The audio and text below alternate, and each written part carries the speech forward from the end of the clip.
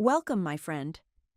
Tonight we step into a world where power is not a throne or a crown, but something subtler, something that seeps through every gesture, every glance, every silence between words.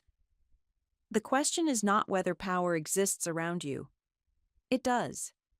The question is, will you notice it, and will you learn to move with it rather than be swept away? That is the heartbeat of Robert Greene's The 48 Laws of Power. If you find this summary helpful, don't forget to like this video, subscribe to Book Snap, and comment below the title of the book you'd like us to summarize next. We'll make it happen soon. Imagine a dimly lit hall, where torches flicker against stone walls. Courtiers, nobles, and servants whisper at the edges. A young apprentice walks here, observing. He doesn't hold a position of strength, nor is he adorned with wealth or title. But his eyes are sharp. He begins to notice that those who command the room are not always the loudest, nor the strongest. Some lean back in silence, others bow too deeply. Some laugh at jokes that aren't funny. Beneath this theater runs an undercurrent, subtle, invisible threads of power. This apprentice sees how one wrong step can alter fate. A misplaced word, a gesture too bold, a truth told too soon. One courtier boasts of his wit at the expense of a prince, only to find himself shunned the next day. Another, less gifted in skill, but fluent in flattery and restraint, rises quietly, almost unnoticed. The apprentice learns, survival is not about what is fair, but about what is effective. Power, Greene tells us, is like a dance. It is never static. People push and pull, advance and retreat, mask and unmask. The apprentice begins to sense it in everyday exchanges, the merchant negotiating a price, the soldier waiting for his commander's nod, the servant choosing which secrets to keep. He realizes that everyone, whether they admit it or not, plays this game. Some play clumsily and are devoured. Others play artfully and ascend. But power is not merely about control over others. It is about perception. A master painter in the court receives no gold for his work until he presents it in a grand unveiling, where anticipation has been carefully built, where whispers of genius spread before the cloth is removed. The art is the same, yet the timing and drama magnify its value tenfold. The apprentice marvels. Power lies not only in what you do, but in how the world sees what you do. The lessons unfold like shadows on the walls. He learns that deference can be a shield, that flattery can soften the blow of ambition, that silence can leave rivals uneasy, forcing them to fill the void with their own errors. He sees that truth itself can be dangerous. Raw honesty has toppled more men than lies ever have. It is not deception alone that rules, but the mastery of appearances, the careful orchestration of impressions. And yet this is no call to cruelty. It is a warning. The world does not reward innocence. To walk blind in these corridors is to invite betrayal. To ignore the dance is to be trampled by it.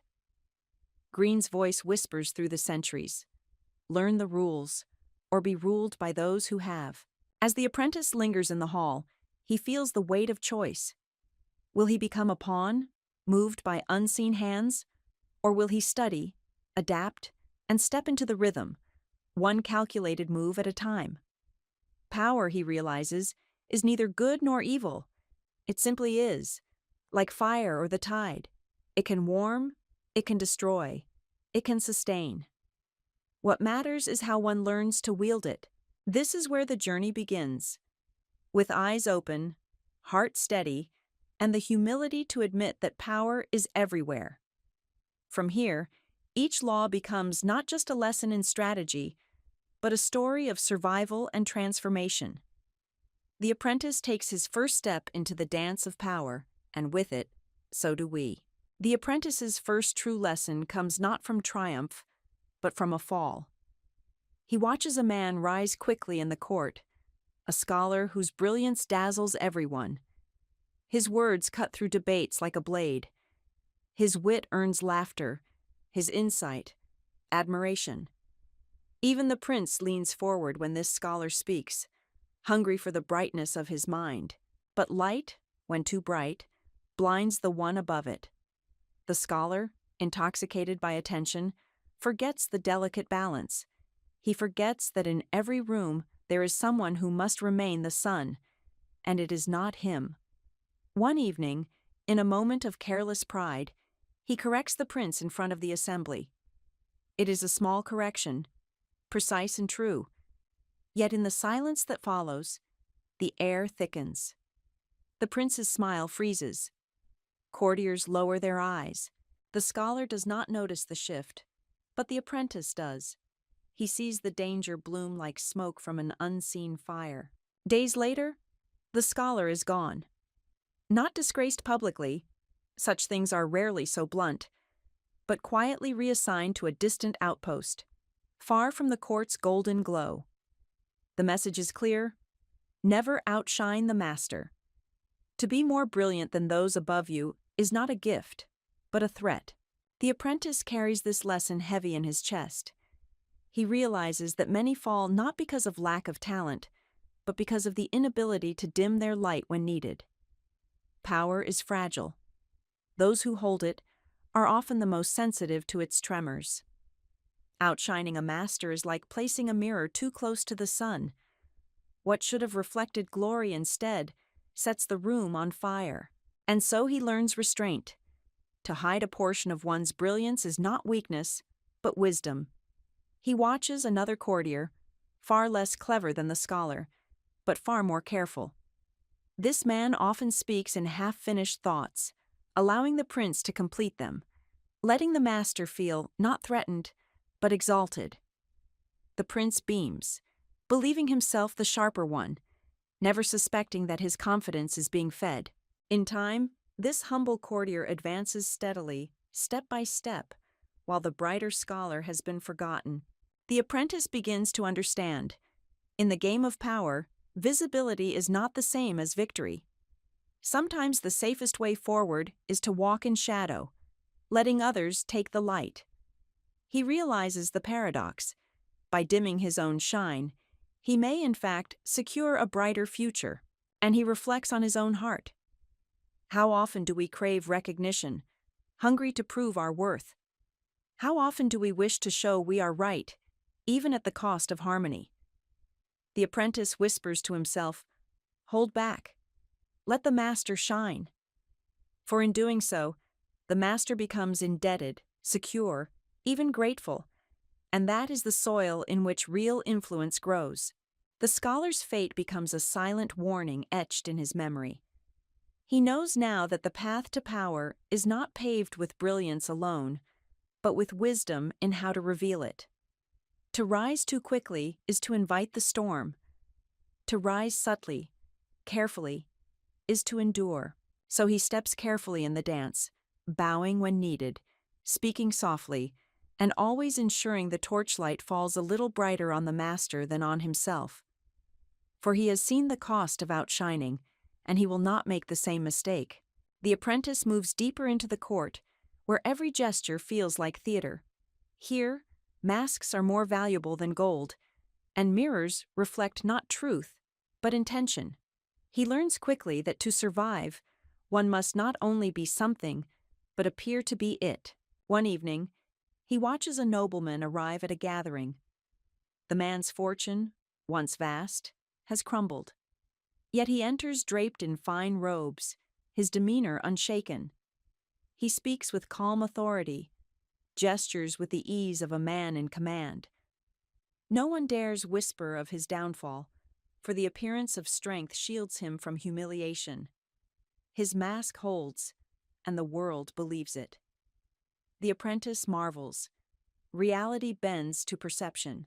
He contrasts this with another, a merchant who, in desperation, confesses his troubles too openly. He admits his debts, pleads for help, lets his fears spill into every conversation. Within days, allies drift away, unwilling to tie themselves to a sinking ship. The merchant's honesty, raw and unfiltered, becomes his ruin. The apprentice sees that transparency can be fatal when the world is ruled by appearances. Masks, Greene suggests, are not lies. They are armor. They protect the fragile core within, while projecting the image required to navigate dangerous waters.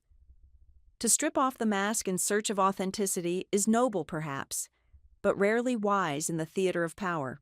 And mirrors. The apprentice sees their use. One courtier mirrors the prince so perfectly, it is as if he is an extension of his will.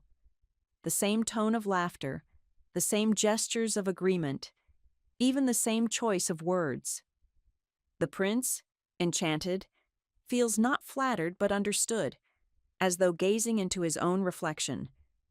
The courtier ascends without resistance, not because of who he is, but because of who he allows the prince to see in him.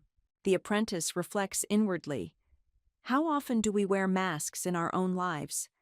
How often do we mirror others to be accepted, to gain trust, to avoid conflict? He realizes that power is not gained by stripping masks away, but by learning which ones to wear, and when.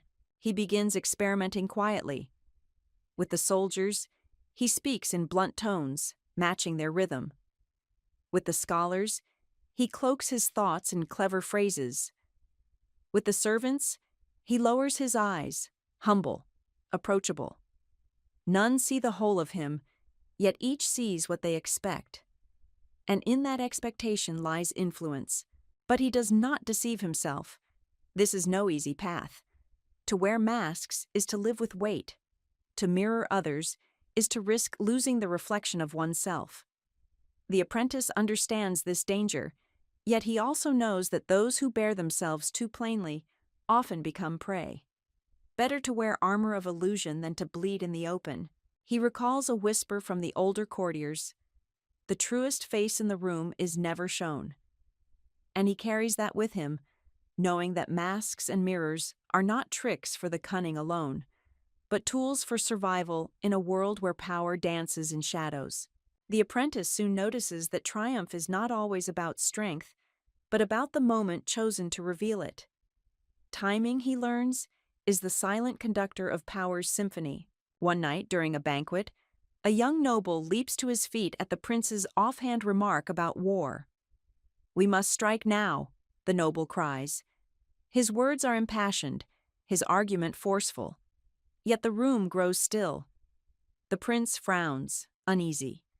The courtiers shift in their seats. The noble has mistaken eagerness for wisdom. Days later, his rash counsel is dismissed, his reputation tainted with impatience. By contrast, another courtier waits. He listens as debate unfolds, saying little, watching the tide of emotion rise and fall. When silence finally settles, he speaks just a few measured words, words that align perfectly with the prince's mood.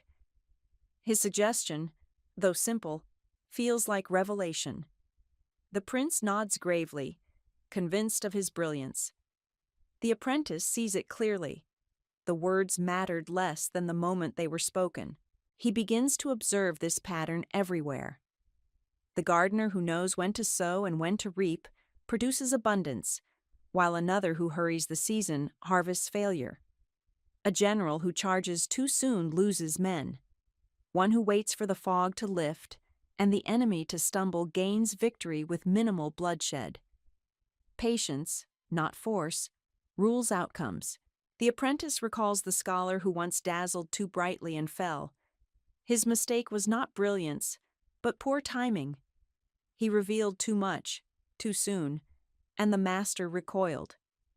Power, the apprentice realizes, requires not only talent and caution, but rhythm, the ability to pause, to wait, to release energy only when the world is ready to receive it. In his own life, he experiments. A rival mocks him in public, expecting an immediate defense. The apprentice remains silent, eyes steady. The room grows tense. The rival overreaches, speaking too long, too harshly. Then, with calm precision, the apprentice replies a single line that cuts deeper than all the rival's bluster. The crowd remembers his composure, not the rival's words. He learns that silence itself is part of timing. To withhold is to build pressure, to let curiosity and tension ripen until release becomes irresistible. Like a bow drawn back, the longer it is held, the more powerful the arrow flies. And so the apprentice begins to carry time as his ally. He does not rush for recognition, does not scramble for favor. He waits, watches, and steps forward only when the stage is set. He whispers to himself, "A fool pushes the river, the wise man sails when the current turns." The apprentice begins to sense another layer in the game of power, one woven not from words spoken, but from the deliberate choice to withhold them. He watches as men who chatter endlessly reveal their weaknesses, their fears, even their secrets, all in the hope of being heard. Yet those who remain quiet, measured, reserved, seem to radiate a gravity that pulls others in. One evening, in the echoing hall, a dispute erupts between two courtiers. They trade accusations, voices rising, hands trembling with anger. The prince sits in silence, his expression unreadable. The apprentice, standing at the edge, wonders who will win the prince's favor. Then, unexpectedly, the prince turns not to either man, but to a third figure, a quiet advisor who has said nothing throughout the quarrel. With a single calm remark, the advisor dissolves the tension and guides the prince toward a decision. His silence gave his words weight. The apprentice realizes that silence is not emptiness. It is a presence, a force. Like a still lake that mirrors the sky, silence reflects the anxieties of those who cannot endure it. In the pauses, others rush to fill the void, often exposing too much. The silent man gathers information without asking, learns without probing, and influences without seeming to act. He tests this himself. When questioned about his loyalties, he does not rush to explain. He lets the silence stretch, meeting eyes calmly. The questioner grows uneasy, begins to speak more, offering justification that was never asked for. The apprentice says little, yet learns much. He notices too how words, once spoken, cannot be recalled. They scatter like feathers in the wind, vulnerable to distortion. Silence, on the other hand, holds its shape. It cannot be misquoted, cannot be twisted. It becomes a shield as much as a weapon. But silence is not only defensive, it can seduce. A mysterious figure in the court rarely speaks of his past, and because of it, rumors swirl. Some say he was once a warrior, others whisper of forbidden knowledge. No one knows the truth, and that ignorance binds them closer to him. His silence has become a stage upon which others project their fascination. The apprentice marvels. What is concealed often commands more power than what is revealed. Still, he also sees the danger. Silence must be wielded with intention. Too much, and one appears distant, arrogant, or weak. Too little, and its power dissolves.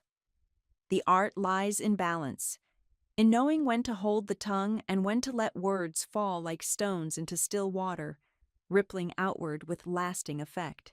The apprentice whispers to himself a lesson etched deeply. Words are arrows once released. Silence is the bow that chooses when to release them. And in that choice lies control.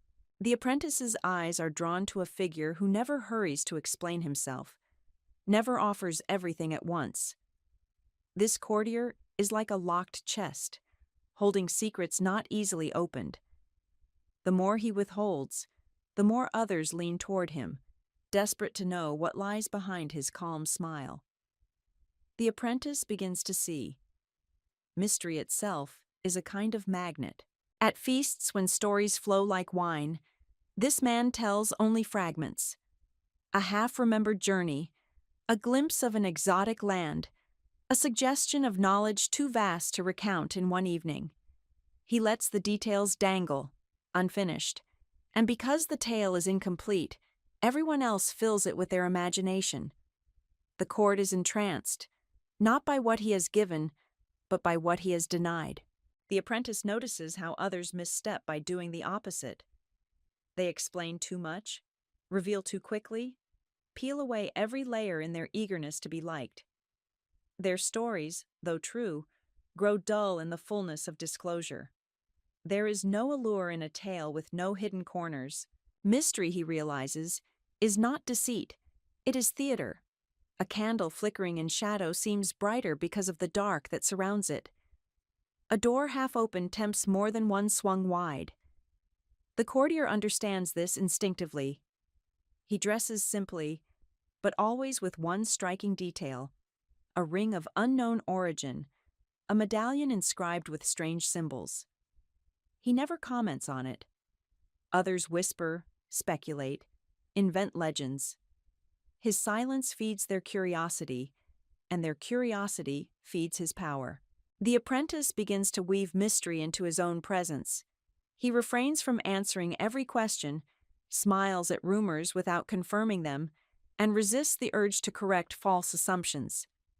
He discovers that mystery creates a hunger, and hunger gives him leverage. People are drawn not to the man who reveals all, but to the man who makes them wonder. Yet he also learns caution. Mystery must be artful, not absurd. Too much concealment breeds suspicion. A veil must be thin enough to glimpse what lies behind, never so thick that it feels impenetrable. A secret shared sparingly, a story told in fragments, a glance that suggests more than it reveals. These are the threads from which power is woven. The apprentice reflects. In a world where everyone shouts to be heard, the one who whispers commands attention. In a sea of open books, the closed one draws the most hands. Mystery is not emptiness. It is a stage curtain, and those who know when to drop it and when to lift it hold the audience in their grasp. And so, he carries this truth forward: reveal less than necessary. Let curiosity do the work, and watch as others lean ever closer, desperate for a glimpse into the unknown. The apprentice begins to observe another paradox of power: that those who seem most free are often the most bound, and those who bind others gain their own form of liberty. It starts with a quiet advisor in the court, a man without title, wealth, or army. And yet, the prince never makes a decision without consulting him. The advisor's value lies not in what he controls directly, but in how he has made himself indispensable. The apprentice studies him closely. This man never seeks to be the strongest, never competes openly with generals or treasurers. Instead, he offers a different kind of power: the power of necessity. He possesses knowledge the prince cannot do without, perspective others lack, counsel that eases every doubt. The prince may command the armies, but without this advisor's voice, his confidence falters. Dependence becomes the advisor's shield. Others fail to see it. They scramble for land, gold, and titles, thinking possession alone brings security. But possessions can be seized, titles stripped, lands invaded. The apprentice realizes that what cannot easily be taken is the web of reliance spun around another's heart and mind. To make oneself needed is to become irreplaceable, and to be irreplaceable is to hold invisible chains stronger than iron. He watches as rivals attempt to undermine the advisor. They whisper of arrogance, of hidden ambition. Yet when a crisis rises, the prince turns again to the man he trusts most, silencing every rumor. It is not loyalty that saves him, but usefulness. The prince cannot imagine ruling without him. The apprentice reflects on his own life. How often do we strive to be admired rather than needed? How often do we fight to prove independence, while forgetting that power often flows to those who quietly weave threads of necessity into others' lives? He whispers to himself, admiration fades, but dependence endures. He begins practicing this law in subtle ways.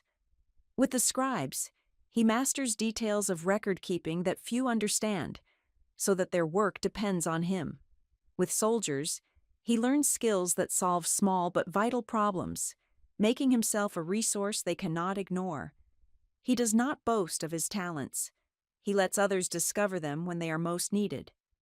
Each discovery deepens the reliance, but he also sees the danger. To make others depend too heavily is to risk resentment. The art lies not in chains that choke, but in threads that bind gently, invisibly, until one cannot move without you. True mastery is not in domination, but in quiet indispensability. The apprentice realizes that freedom is rarely found in standing apart. It is found in knowing that others cannot move forward without you. To become a pillar in their structure is to ensure your survival, for if you fall, the whole edifice trembles. And so he carries this lesson forward. Do not demand power, create dependence. Do not seek glory, become essential. For in the end, those who are needed command more than those who are feared. Those who are feared. Those who are feared. Those who are. The apprentice learns that the greatest enemy to power is not weakness, but emotion, unrestrained. He sees it first in a warrior at court, a man of fierce skill and loyalty. One insult too many, one careless slight, and the warrior explodes. His voice thunders, his fists slam the table. For a moment, he looks unstoppable, but power does not favor those who lose control. Days later, the warrior is quietly dismissed from the prince's circle. His strength mattered less than his inability to govern himself. The apprentice takes this in. He realizes that emotion is a trap disguised as truth. Anger feels righteous, but it blinds. Love feels pure, but it binds. Fear feels urgent, but it weakens. Those who let emotions rule them reveal their hand before the game has even begun. He recalls a tale of two generals. One, proud and impulsive, let rage carry him into battle too soon. His troops fought valiantly but fell, cut down by an enemy who had lured him in. The other general, insulted by the same enemy, remained composed. He feigned calm, even amusement, until the time was right. When he struck, he did so with devastating precision. One lost his men to emotion, the other won through detachment. The apprentice sees the same pattern in quieter places. A courtier, slighted by gossip, lashes out, trying to expose his rival. In the heat of anger, he reveals his own secrets, his own alliances, tearing apart years of careful work. Another, in the same position, smiles, pretends not to notice. He lets the gossip swell, lets the rival overplay his hand, and then dismantles him with a single calculated move. One fell into the trap of emotion, the other laid the trap himself. The apprentice reflects inwardly. How many times has he wanted to speak when silence would serve better? How often has pride urged him to prove himself, only to risk all he has gained? He whispers a reminder to himself, the heart may burn, but the hand must stay steady. He begins practicing detachment. When mocked, he does not flinch. When tempted, he does not lunge. Instead, he steps back, observes, lets the storm pass before deciding whether to act. It is not indifference, but discipline. He learns that emotion can be used, observed in others, leveraged when they falter, but never allowed to master him. And yet, he also knows detachment must not turn to coldness. To appear heartless is to invite isolation. The art lies in balance, feeling emotion deeply, but revealing it rarely, sensing its presence in others, but guiding it toward one's advantage. The apprentice carries this law with him like a shield. Power belongs not to those who rage, but to those who remain still while others lose themselves. To master power is to master the self first. The apprentice soon learns that power is never held alone. It lives in the bonds between people, fragile and shifting like threads of a web.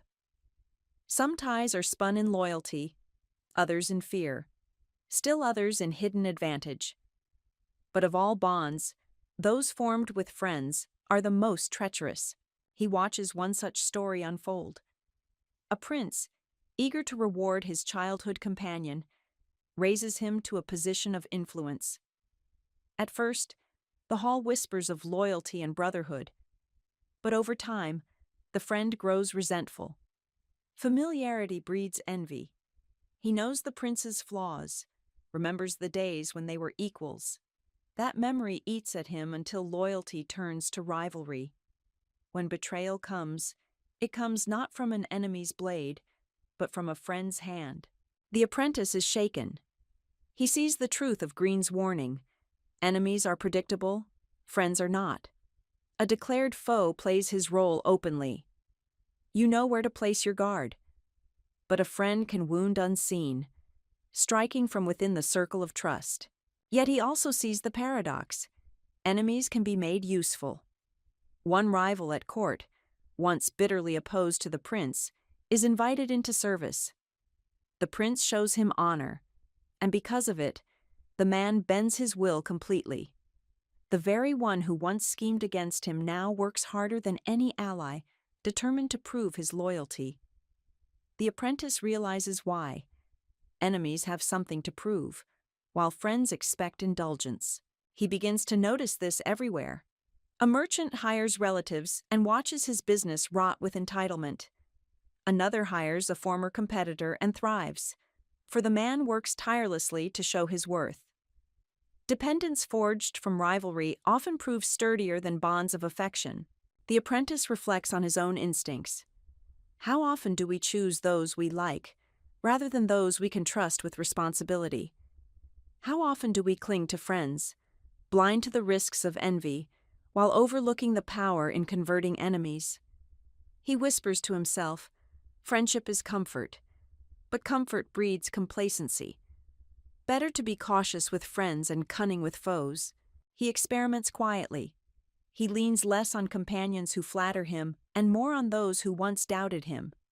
He asks rivals for counsel, turning suspicion into investment. He does not abandon friendship, but he tempers it, never confusing affection with security.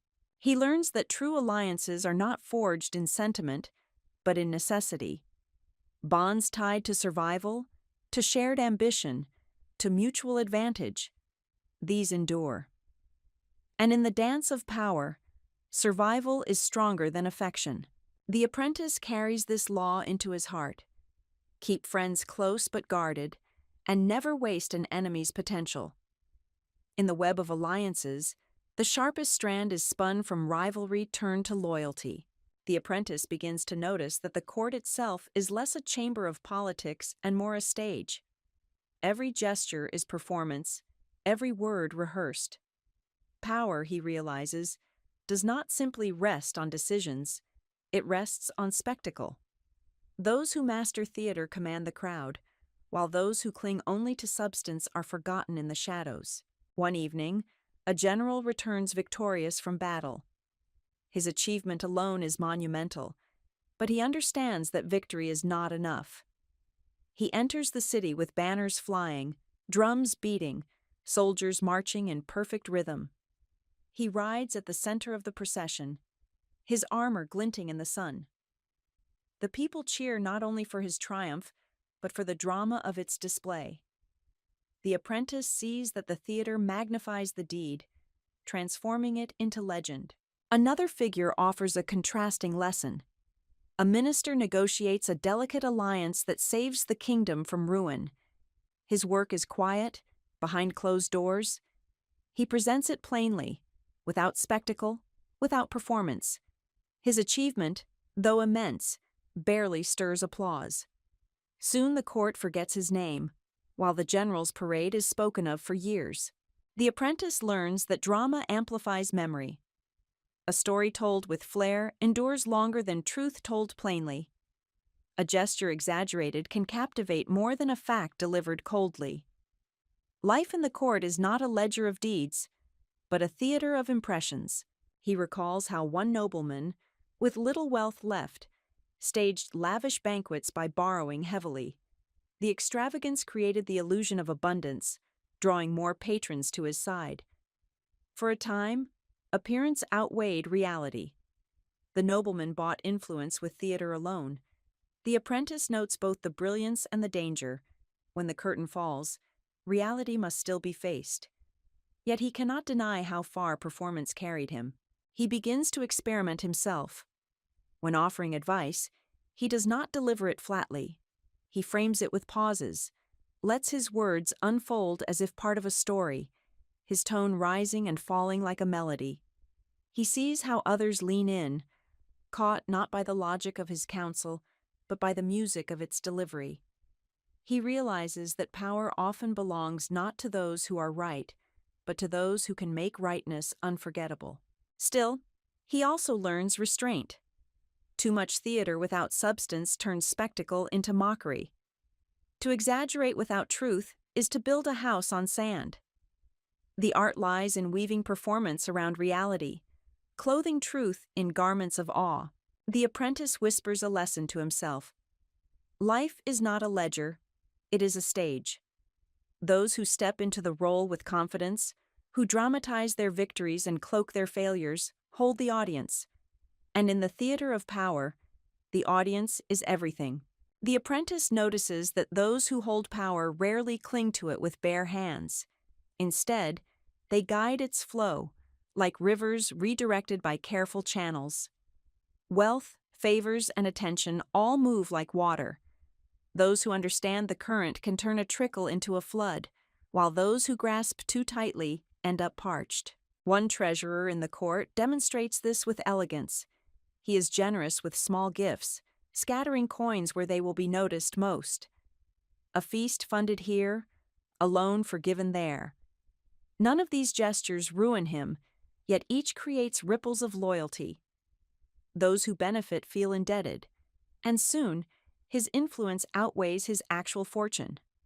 He spends, but the spending returns multiplied in gratitude and leverage.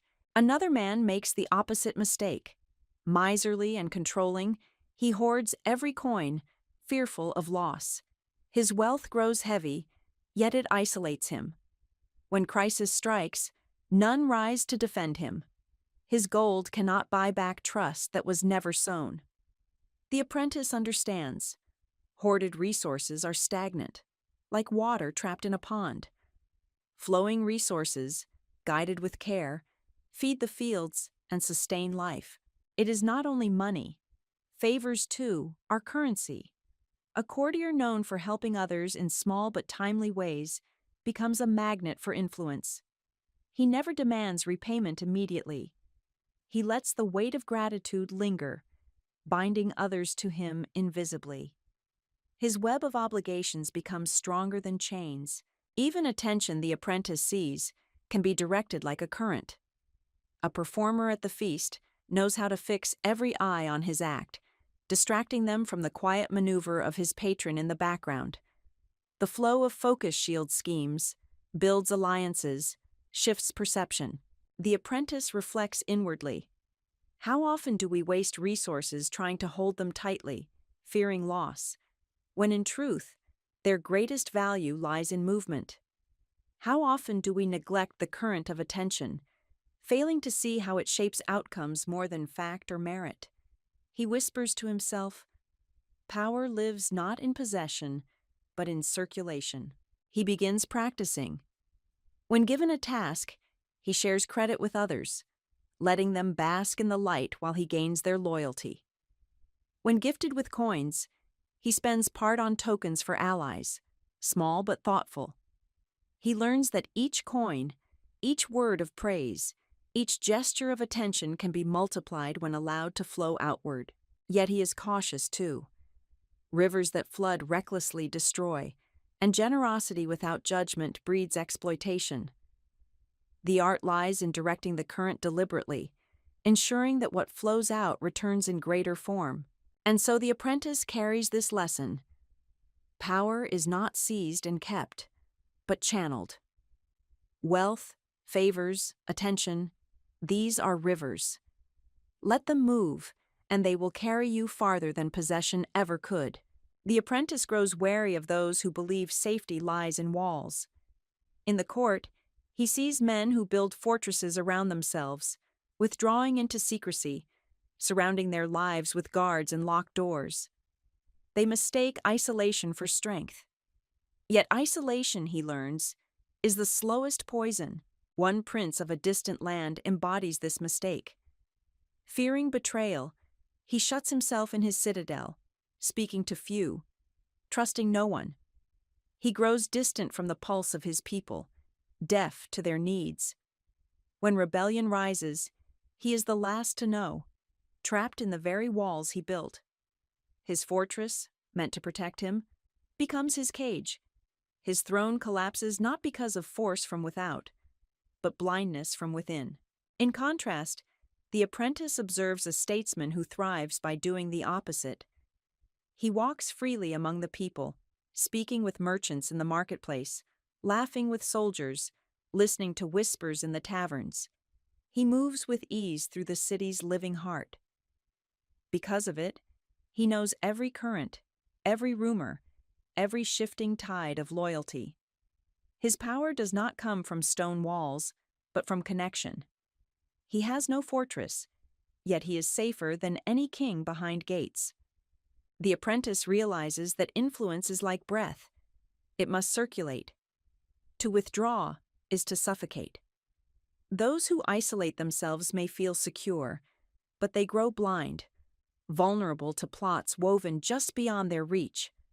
Those who engage, even in discomfort, sense dangers before they bloom. He tests this lesson himself. When tempted to withdraw after conflict, he resists. Instead, he enters the hall more often, listening, observing, showing presence. He notices how whispers soften when he walks by, how alliances shift when he remains visible. He learns that absence invites speculation, while presence, even silent presence, affirms influence. Yet he also sees the balance required. To mingle without purpose is to waste energy. To connect recklessly is to expose oneself. The art lies in strategic presence, knowing where to appear, whom to approach, which silences to fill, which rumors to follow. The apprentice whispers a warning to himself. The strongest walls are not built of stone, but of bonds. Isolation kills, connection sustains. To vanish is to give power to others. To remain engaged is to hold it yourself. And so he carries this law. Never hide in a fortress. Power lives in circulation, in sight, in sound. To withdraw is to surrender. To connect is to endure. The apprentice begins to see another illusion that destroys the powerful. The belief that control comes from clenching the fist tighter. He watches as men grasp desperately, trying to hold every detail, every person, every outcome in their own hands. And he watches how the harder they grip, the faster everything slips away. One nobleman embodies this lesson painfully. He micromanages his estates, questions every servant, scolds every officer, inserts himself into every decision. At first it looks like diligence, but soon, resentment spreads. His men grow timid, fearful of mistakes. They stop thinking for themselves. When crisis strikes, no one acts without his command, and by the time he arrives, it is too late. His obsession with control leaves him weaker than before. By contrast, another figure in the court practices a different art. He gives only a gentle touch, delegating with trust, releasing control at the surface while guiding its deeper current. His men act boldly, thinking themselves free, yet their freedom always bends back toward his purpose. The apprentice marvels at the paradox. To let go is sometimes the greatest form of mastery. He recalls a story whispered among the courtiers of a master swordsman. Unlike others, he did not grip his weapon with tense strength. He held it lightly, almost carelessly. His strikes were swift, fluid, impossible to predict. Those who clenched too tightly lost to his looseness. His control came not from force, but from flexibility. The apprentice begins to reflect inwardly. How often do we cling to outcomes, desperate to bend life exactly to our will? How often does this grip only exhaust us, leaving us blind to opportunity? He whispers to himself, rigidity breaks, but water flows. To yield is not to lose, but to redirect. He experiments in small ways. When challenged by a rival, instead of resisting every word, he nods, concedes small points, lets the rival believe he has won ground. But as the rival grows overconfident, he overreaches, exposing weakness. The apprentice strikes then, not by force, but by timing. What seemed like surrender becomes victory. He sees that illusion of control is dangerous because it blinds. Those who clutch too tightly miss the shifts of the wind. Those who adapt, who bend like reeds, survive storms that topple mighty oaks. And so he carries this lesson. Control is not seized, it is guided. The strongest grip is often the loosest. The master of power is not the one who commands every detail, but the one who allows freedom to swirl, knowing it will always circle back to him. The apprentice begins to understand that power is not always enforced with armies or decrees. Often it rests on symbols, crowns, rituals, ceremonies, that speak louder than commands. People bend not because they are forced, but because they believe. He sees this when the prince appears before the court. The man himself is weary, his voice hoarse, his eyes shadowed by sleepless nights. Yet when he dons the jeweled crown, when trumpets announce his entrance, when he walks in robes lined with gold, the hall bows in unison. The crown is no mere ornament. It is a symbol of continuity, of divine right, of order. The apprentice realizes, authority lives not in the man, but in the image that surrounds him.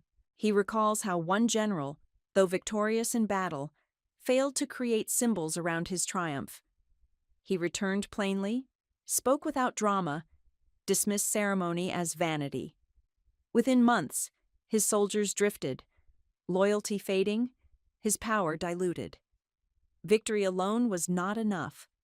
Without symbols to anchor memory, his glory dissolved. In contrast, another leader creates rituals so powerful that even decades later, they are remembered. Festivals to honor victories, oaths spoken before sacred relics, processions designed to dazzle the eye. Each transforms fleeting achievements into lasting myths. The apprentice understands. People hunger for meaning, and symbols feed that hunger better than arguments or threats. He reflects on how perception shapes reality. A seal stamped on parchment transforms words into law. A throne elevated above the crowd turns one man into a figure of awe. A story repeated becomes a truth believed. Symbols are shortcuts to belief, and belief is the deepest foundation of power. The apprentice begins weaving symbols into his own presence. He chooses not to appear always, but when he does, he ensures something memorable marks the moment. A distinctive emblem on his cloak, a phrase repeated often enough to echo in minds, a gesture that becomes his signature. He learns that to create association is to create influence. Yet he also learns restraint. Symbols without substance become hollow, easily mocked. Ceremony without meaning collapses under its own weight. The art lies in blending reality with ritual, using symbols to magnify truth, not replace it. The apprentice whispers to himself, men follow crowns, not faces. They obey ceremonies, not commands alone. To master power is to master perception, and perception is woven with symbols. And so he carries this lesson forward. Build rituals, shape appearances, craft images that endure. For crowns may be stolen, thrones may crumble, but symbols live on in the minds of men long after power itself has shifted hands. The apprentice stands now at the edge of his long journey, reflecting on what he has seen. Power, he realizes, is not a straight path but a river, sometimes rushing, sometimes calm, always shifting its course. To navigate it is not to conquer it, but to learn its currents, its tides, its hidden depths. He remembers the lessons etched into his memory. the scholar who fell for shining too brightly, the advisor who rose by making himself indispensable, the general who won not by rage but by patience, the courtiers who built empires from theater and symbols.